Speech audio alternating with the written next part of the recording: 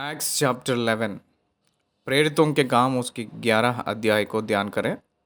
इस अध्याय में लिखा हुआ वचनों की संख्या 30।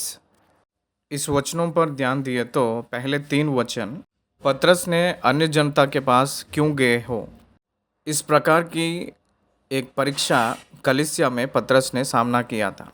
सुसमाचार प्रचार किया था कुरनेलियुस के घर पे। इसलिए पतरस को कलीसिया में जो मुख्य लोग हैं वो लोग प्रश्न किए थे। यहूदियों का सोच ये है कि सुसमाचार केवल यहूदियों के लिए ही है कहकर सोच में रहे थे। कुरनेलियुस के घर पे जाकर वहाँ सुसमाचार पहुंचकर वहाँ अन्य जनता ने पवित्र आत्मा को अपनाना, ये जब तक नहीं हुआ तब तक उन्हें ये गुप्त के रूप में ही रह गया था। उन्हें नहीं समझ आई थी परमेश्वर ने सारे मानव जाति को अनुग्रह के द्वारा उद्धार दिया हुआ कहकर जो सत्य उन लोग तब तक ग्रहण नहीं करके रहे थे। इसीलिए पतरस को वो लोग प्रश्न किए थे, उन लोग जांच पड़ताल किए थे।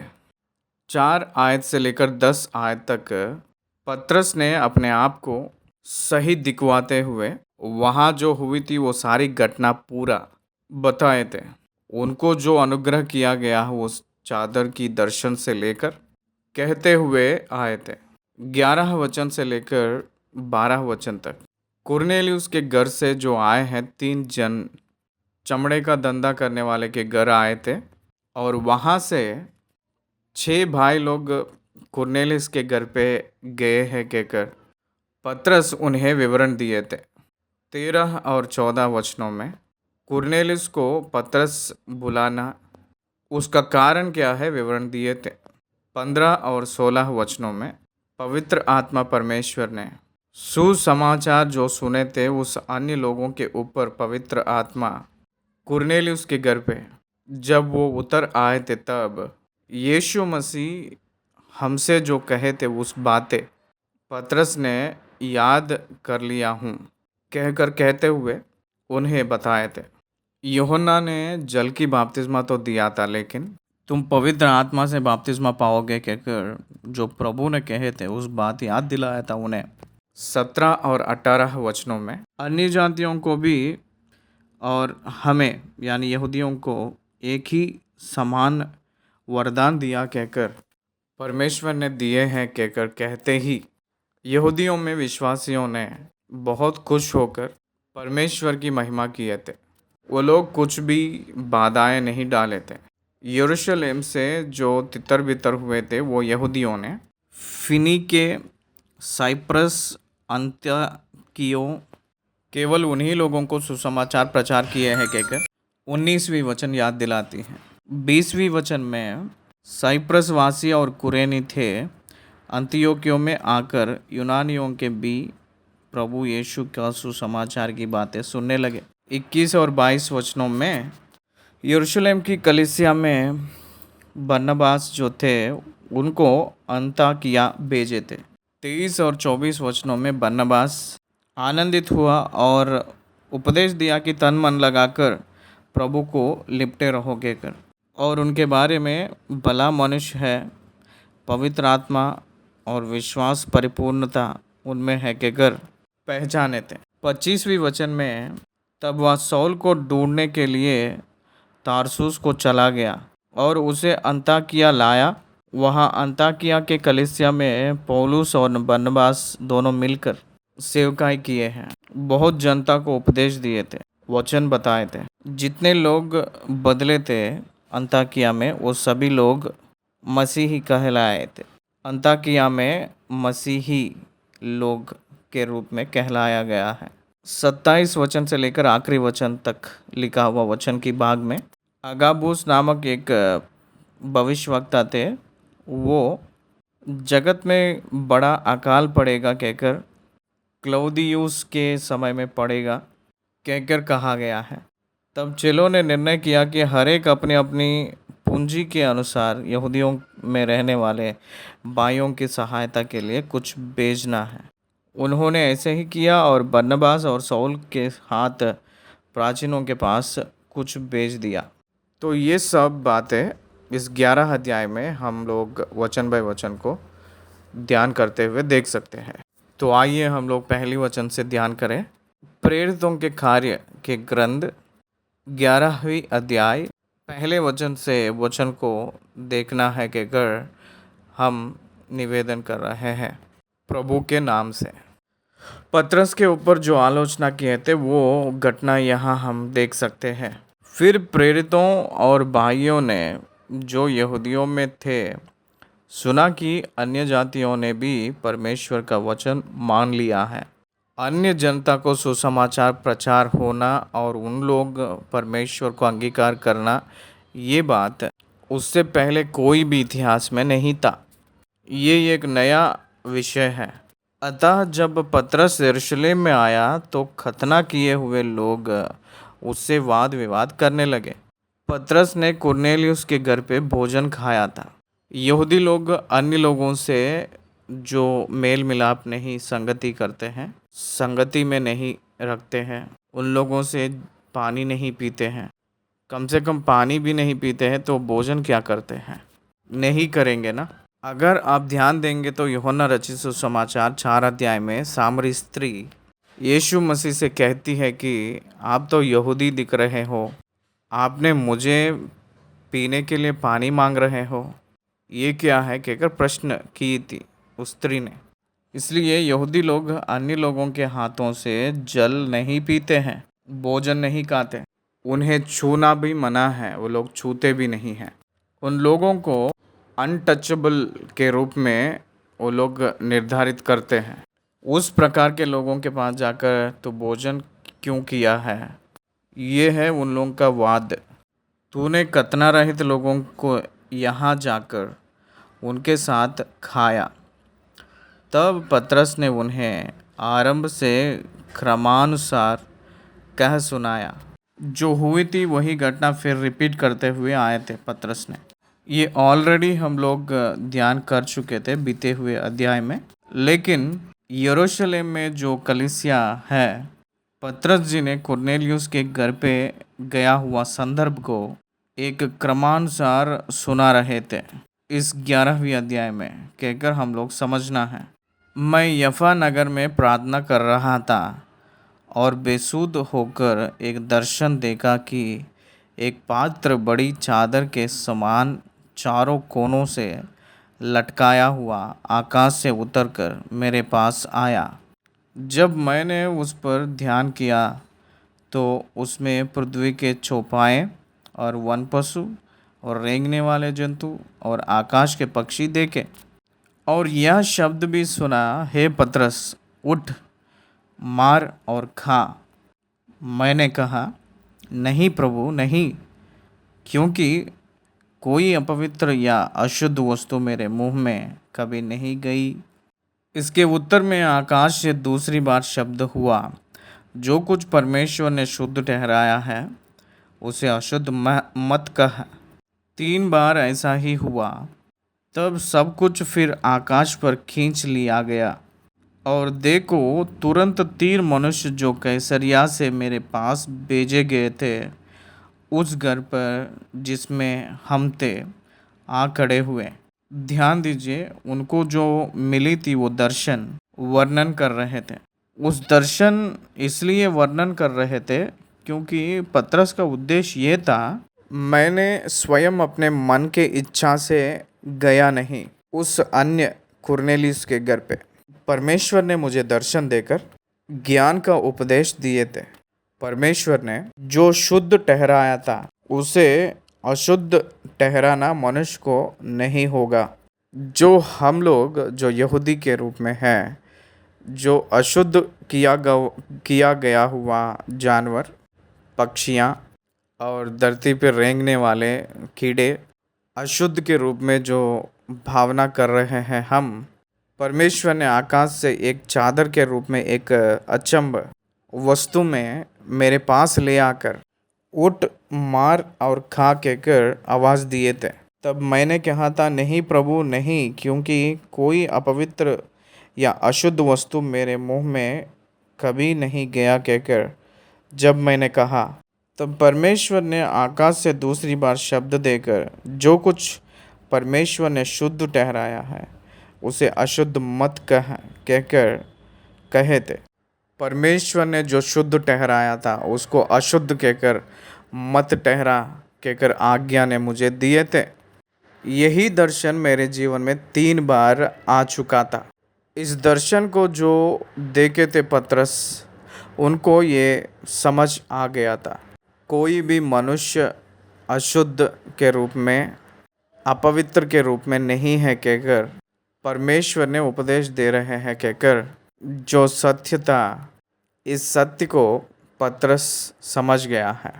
वो समझकर उसके बाद जो होने वाली क्या है, कुरनेलियुस के गर्भ से जो आए थे वो लोग पतरस को ढूंढ रहे थे। यफा में आकर कुरनेलियुस के घर वाले 3 लोग ढूंढ रहे थे पतरस को, वही वर्णन कर रहा था। और देखो तुरंत 3 मनुष्य जो कैसरिया से मेरे पास भेजे गए थे उस घर पर जिसमें हम थे आ खड़े हुए। तब आत्मा ने मुझसे उनके साथ निसंकोच हो लेने को कहा और ये 6 भाई भी मेरे साथ हो लिए और हम उस मनुष्य के घर गए। क्या आप ध्यान दे रहे हो? एक दर्शन से परमेश्वर ने बात किए थे, वो भी 3 बार दिखाया गया हुआ दर्शन था वो। उसके बाद परमेश्वर की आत्मा से बात कर रहा था।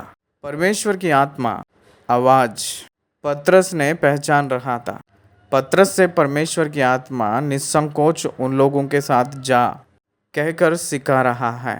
और ये 6 भाई लोग मेरे साथ हो लिए थे और हम लोग उस मनुष्य के घर पे गए। आई एम नॉट एलोन, मैंने अकेला नहीं गया था। मैंने जब जा रहा था कलीसिया में जो 6 लोग जो भाई लोग थे मेरे पीछे हो लिए थे, मुझे फॉलो किए थे। ये परमेश्वर मुझसे कहे थे तब हुआ था। ऐसे कह रहे थे पतरस ने, विवरण दे रहे थे उन लोगों को। पतरस ने आज कलीसिया में सेवक विश्वासियों को विवरण देता है क्या? एक बार सोचिए, विश्वासियों ने सेवक को खड़ा कर दिए थे। आप क्यों किए थे? उत्तर दो कहकर कह रहे थे। इसलिए सेवक सहित व्यक्ति को चेक करके उनका प्रश्न करने का स्थिति पहलौटा आदि प्रेरितों में यानी आदि कलीसिया में रहा जैसा हम लोग इस वचनों के द्वारा देख सकते हैं, हमें समझ आ रही है।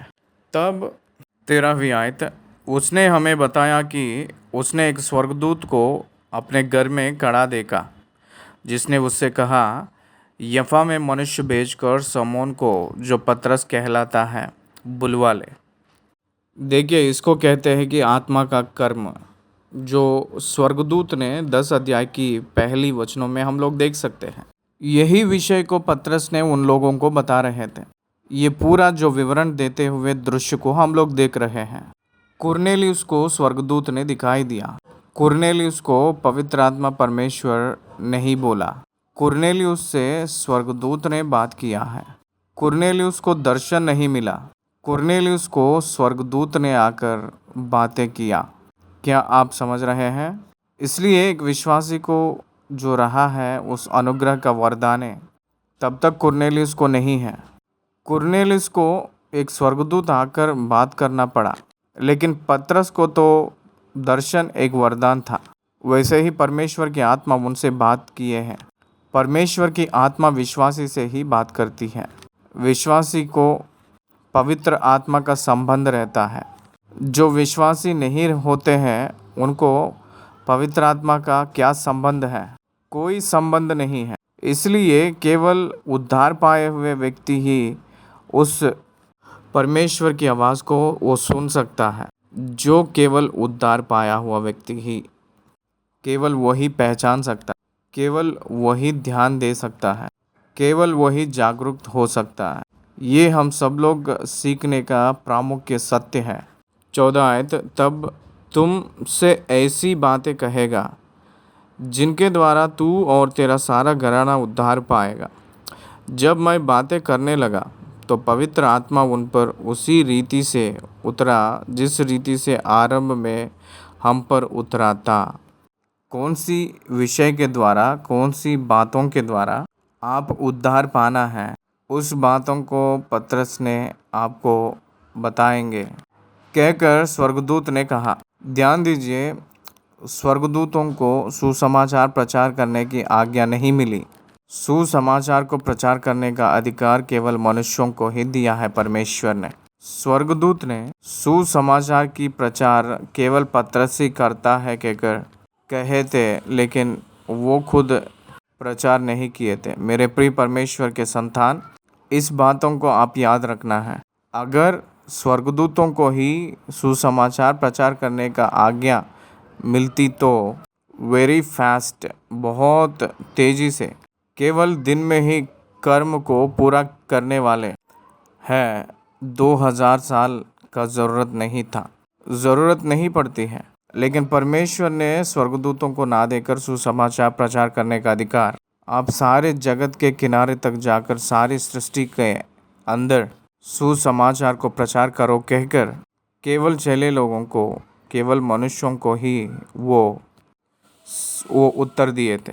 इसलिए सुसमाचार की प्रचार मनुष्यों के द्वारा होना है कहकर परमेश्वर ने निर्धारित किए थे। जब पतरस ने सुसमाचार प्रचार कर रहा था, उसको जो सुन रहे थे उन लोगों को पवित्र आत्मा परमेश्वर ने दुनिया के बारे में, पाप के बारे में, न्याय के बारे में कबूल करवाने के लिए ही नियुक्त किया है, बस उससे ज़्यादा और कुछ नहीं। They started repenting in their hearts. उनके हृदय में वो लोग अपने आप पश्चाताप करना शुरू किए थे। जब वो लोग पश्चाताप किए थे, उद्धार की कार्य उनके जीवन में हुआ था। जब उद्धार की कार्य हुआ था, पवित्र आत्मा परमेश्वर उन्हें वरदान के रूप में दिया गया है। पवित्र आत्मा जब उनको अनुग्रह किया गया है, उन लोग अभिषेक हुए थे। उस अभिषेक को इस रीति से वो लोग योग्य हुए हैं। प्रेरितों के काम 2 अध्याय में उस सारे प्रेरितों के ऊपर पवित्र आत्मा जब उतर आया था, उस समय जो हुई थी, वैसे ही 3000 कलीसिया किस रीति से परमेश्वर की आत्मा से वो लोग स्पर्श किया गया है, उस प्रकार की एक्सपीरियंस अन्य जनता के रूप में जो लोग हैं उन लोगों को भी वो अनुभव मिला था। तब अन्य लोग हो या स्वजन भी क्यों ना हो, वो लोग मनुष्यों ही है ना। सारे मानव जाति पाप किए हुए ही लोग हैं। परमेश्वर को जो अनुग्रह किया गया है, उन लोग सारे मानव जाति पाप ही तो किए हैं। परमेश्वर जो अनुग्रह दिए थे उसको नहीं पा पा रहे हैं। सारे मनुष्य जाति पाप किए सो वक्त सुसमाचार की प्रचार के द्वारा उन लोगों को उद्धार पे लेकर आना परमेश्वर की दया पूर्वक संकल्प हुई थी। उस कारण से उन लोग परमेश्वर की आत्मा को पाए थे, पवित्र आत्मा से भरपूर हुए थे उन लोग। तब मुझे प्रभु का वह वचन स्मरण आया जो उसने कहा था, यूहन्ना ने तो पानी से बपतिस्मा दिया, परंतु तुम पवित्र आत्मा से बपतिस्मा पाओगे। 16 वचन से देखें। तब मुझे प्रभु का वह वचन स्मरण आया जो उसने कहा था, यूहन्ना ने तो पानी से बपतिस्मा दिया, परंतु तुम पवित्र आत्मा से बपतिस्मा पाओगे। यीशु मसीह ने यूहन्ना जो देते थे बपतिस्मा उसके बारे में और अपने आप के द्वारा मिलने वाली बपतिस्मा के बारे में अंतर बताए थे। यूहन्ना ने तो जल की बपतिस्मा दिया था, लेकिन प्रभु यीशु मसीह पवित्र आत्मा से बपतिस्मा दे रहे हैं। इसलिए अपना बपतिस्मा जो है पवित्र आत्मा से अंदरूनी में हुआ जो कार्य है वो है पवित्र आत्मा की बपतिस्मा। इसको एक पर्याय शब्द के रूप में अंदरूनी का खतना कहकर कहा गया है। इसका मतलब अंदरूनी में आग की बपतिस्मा कहते हैं। इसका मतलब पाप जो दहन हुई है, एक महान स्थिति, पाप का दहन हुआ। पुराना नियम के हिसाब से कहना है तो उस बलि के वेदी पे जैसे जानवर दहन होती थी, वैसे अपने अंदरूनी का स्वभाव जल जाएगी। इसका मतलब व्यर्थ होने वाली पूरा मिटाकर नया स्वभाव के स्वरूप अंदरूनी में नियुक्त होना, आविष्कार होना, ये परमेश्वर के स्वरूप में अंदरूनी में आविष्कार होती है। वो परमेश्वर का स्वरूप और परमेश्वर की नकल विश्वासी के अंदरूनी में प्रतिष्ठित होता है पवित्र आत्मा से। That is called salvation. वही उद्धार का अनुभव है, फिर से जी उठने का अनुभव है। एक्सपीरियंस ऑफ रीजनरेशन कहते हैं। 17 अतः जब परमेश्वर ने उन्हें भी वही दान दिया जो हमें प्रभु यीशु मसीह पर विश्वास करने से मिला था, तो मैं कौन था जो परमेश्वर को रोक सकता। अब उल्टा प्रश्न पूछे थे पतरस ने। अपने साथ एक समान वरदान देने के लिए परमेश्वर ही चाहता है। परमेश्वर ने निर्णय लिए थे, तो परमेश्वर को सामना करने के लिए या रोकने के लिए मैं कौन हूँ। आप मुझे प्रश्न पूछ रहे हो और आप लोग कौन हो। 18 में यह सुनकर वे चुप रहे और परमेश्वर को बड़ाई करके कहने लगे, तब तो परमेश्वर ने अन्य जातियों को भी जीवन के लिए मन फिराव का दान दिया है। यहाँ जो पाए थे उस उद्धार को क्या कहकर कह रहे थे? जीवन के लिए मन फिराव का दान। प्रभु यीशु मसीह को अंगीकार किए हुए लोगों को परमेश्वर जो दिए थे उस उद्धार जीवन के लिए मन फिराव था। इसका मतलब, इसका अर्थ क्या है? हम लोग मनुष्य हैं, शरीर में हैं। शरीर में जब तक रहे पाप करने का मौका है, इसलिए हमें उद्धार दिया हुआ परमेश्वर मन फिरना अंदरूनी में रखा है। ये प्रदान किया गया हुआ अनुभव है जीवन के लिए मन फिराव। इसका मतलब निरंतर जिए जैसे हमें परमेश्वर पश्चाताप करके इस प्रकार की स्वभाव की परिस्थितियां अपने अंदरूनी में रखे हैं। इसका अर्थ ये है कि एक पापी ने मैं पापी हूँ कहकर पहचाने जैसे उस सेंस लाइक कंडीशंस एक विश्वासी के हृदय में पवित्र आत्मा परमेश्वर रखे थे। पवित्र आत्मा परमेश्वर एक पापी मैंने पापी हूँ कहकर जानकर और अपने आप को कबूल किए जैसे और ग्रहण किए जैसे, पश्चाताप किए जैसे, पाप को कबूल करके छोड़ दिए जैसे, उसको प्रोत्साह करके उसको प्रेरणा देके चलाने वाला पवित्र आत्मा परमेश्वर उसके अंदरूनी में एक नया स्वभाव में निरंतर निवास करता है। That is called salvation. वही उद्धार का मतलब। उद्धार पाए हुए हृदय में पुराना प्राचीन पाप का स्वभाव से उस स्वभाव को बगल में हटाकर पुराना प्राचीन स्वभाव को मिटाकर एक नया स्वभाव नियुक्त होता है। शरीर में पाप की स्वभाव निवास किए तो भी आत्मा में नया स्वभाव परमेश्वर नियुक्त करके उसकी आत्मा को उस आत्मा की नया स्वभाव में रखकर वो निवास करते हैं। इसी के कारण विश्वासी में पवित्र आत्मा परमेश्वर निवास हो रहे हैं। जो निवास कर रहे हैं वो पवित्र आत्मा परमेश्वर मन फिराव हमेशा उनको प्रदान करते रहते हैं। एक विश्वासी पाप किए सो तब, एक अविश्वासी पाप किए सो तब अंतर क्या है पता है? अविश्वासी पाप किए तो मैं पापी हूँ कहकर, मैंने पाप कर रहा हूँ कहकर ग्रहण नहीं करेगा। लेकिन विश्वासी पाप किए तो मैं पापी हूँ, मैं पाप कर रहा हूँ, केवल एक क्षण में, एक क्षण की कम समय में ग्रहण करता है। तुरंत प्रभु के चरणों में आ जाएगा। लापरवाह नहीं करता है, गिड़गिड़ाएगा, क्षमा मांगता है, आंसू बहाता है, बहुत दुखित होता है, पाप में टिक के नहीं रहेगा, पाप को छोड़कर प्रभु के चरणों में आता है। इसी को जीवन के लिए मन फिराव कहते हैं। परमेश्वर ने अन्य जातियों को भी ये दिया था, इसलिए वो लोग परमेश्वर की बड़ाई किए थे। विश्वासियों में यहूदियों को जो स्पिरिचुअल स्टेटस दिए थे परमेश्वर ने उन्हें अनुग्रह के द्वारा, वही स्पिरिचुअल स्टेटस अन्य जनता को भी इक्वली गिफ्ट के रूप में परमेश्वर ने दिए थे। ये है कलीसिया। एक्लीसिया का मतलब called out people from the sin and the world. दुनिया से और पाप से बाहर बुलाया गया हुआ जनता ही यक्लीसिया, मसीह का कलीसिया। लेकिन अन्य कहकर, यहूदी कहकर, ग्रीस वासी कहकर कोई भी अंतर भेदभाव नहीं है। सभी को पवित्र आत्मा के द्वारा पाप की क्षमा की मन को परमेश्वर ने दिए थे सुसमाचार के द्वारा। जो सुसमाचार को यकीन करते हैं, यीशु मसीह को अंगीकार किए हुए लोगों को।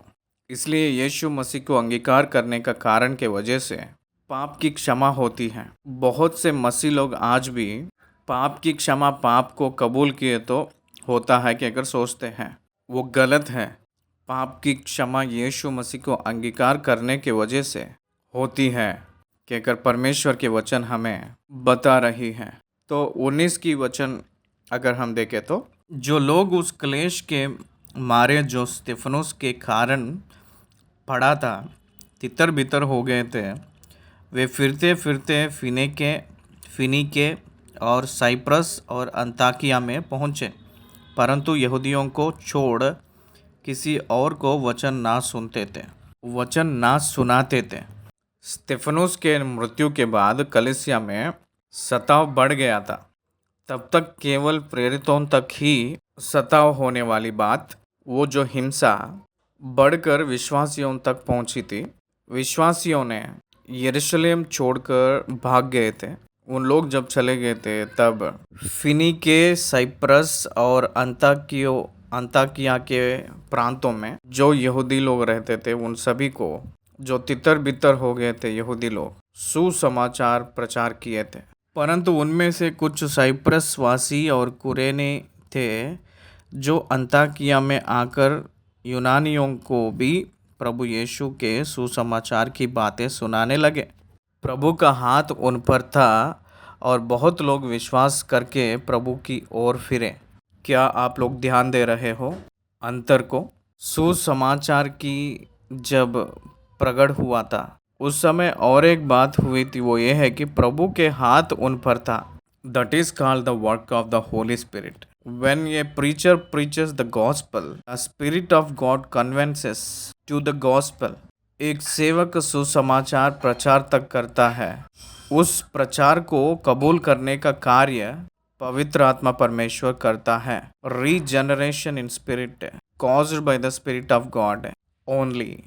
एक मनुष्य उद्धार पाना, एक मनुष्य मन फिराना, एक मन रीजनरेट होना, पवित्र आत्मा कार्य को छोड़कर मनुष्य का कोई भी काम नहीं है। एक मनुष्य परमेश्वर की बात मानकर बपतिस्मा लेने में संपूर्ण काम पवित्र आत्मा परमेश्वर का ही है।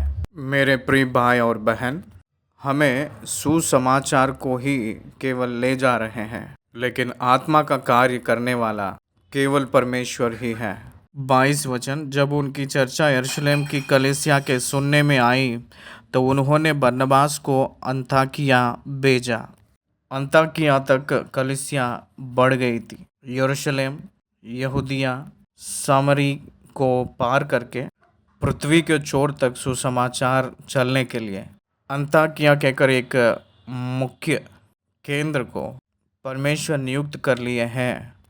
वहाँ तक कलीसिया बढ़ती गई 11 अध्याय में।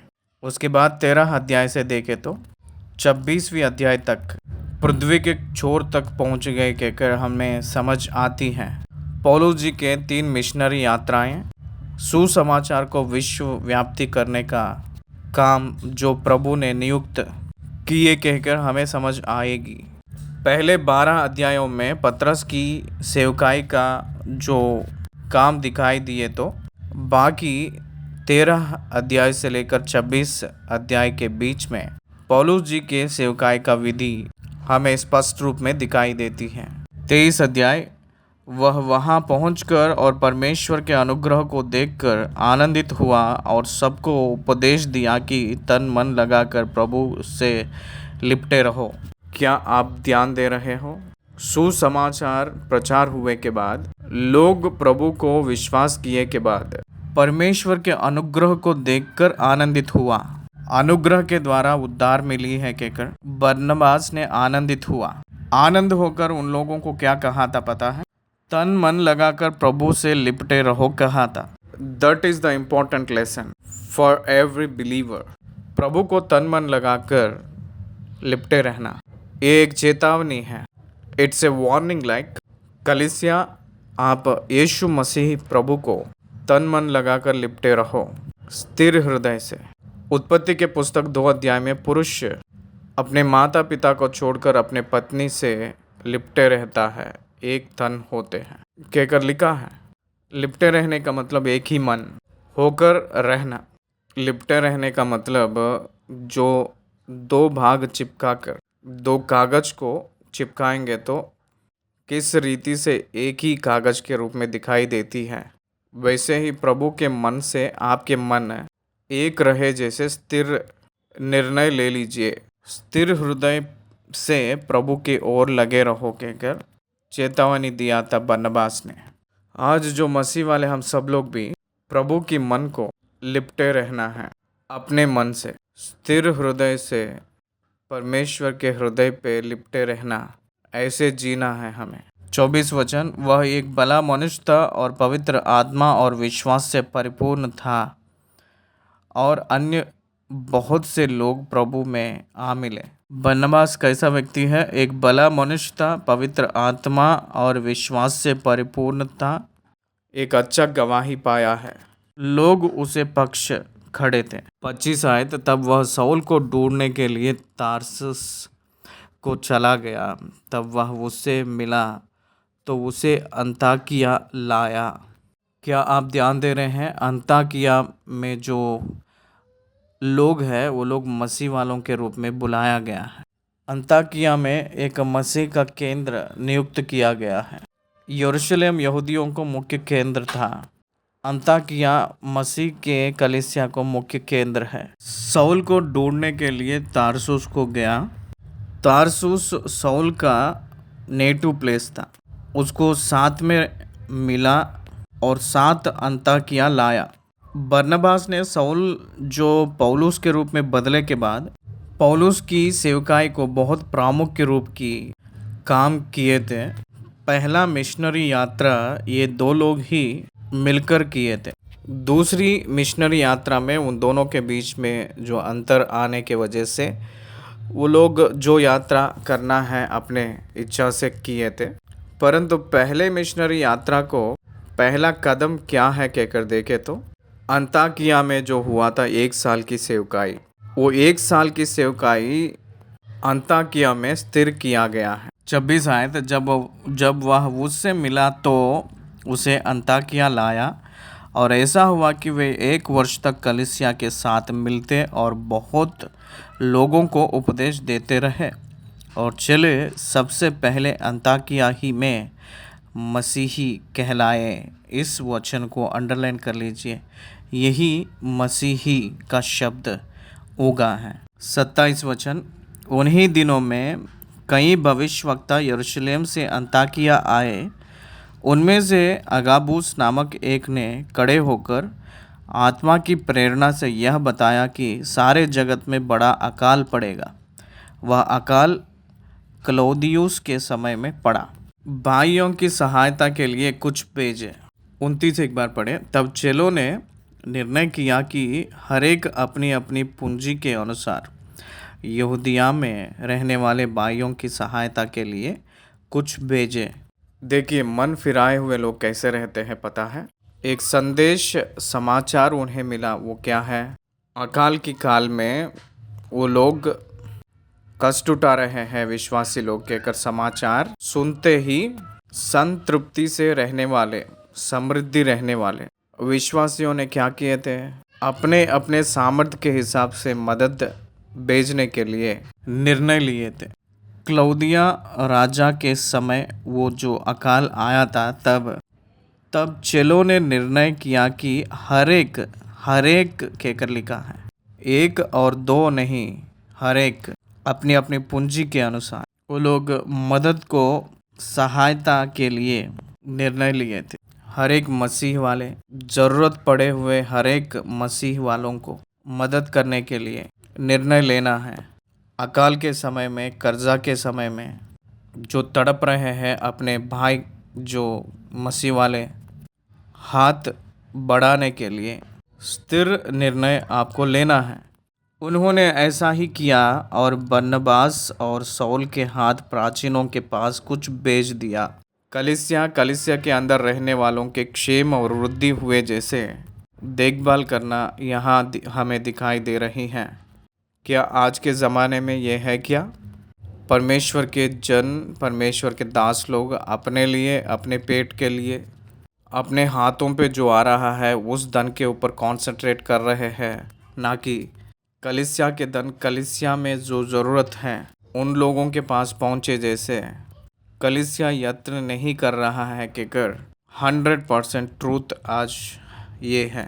इसलिए कलीसियाओं में आध्यात्मिक जो संगतियाँ सामर्थित नहीं हो रहा है, अंतर अलग अलग प्रकार के रूप में बढ़ रहा है। प्रिय भाई और बहन, आप तो बाइबल ग्रंथ में जो कहा गया रीति से आपके मन में कष्ट में रहा हुआ भाई लोगों को मदद करने के लिए जितना हो सके उतना मदद करने के लिए निर्णय लेना है।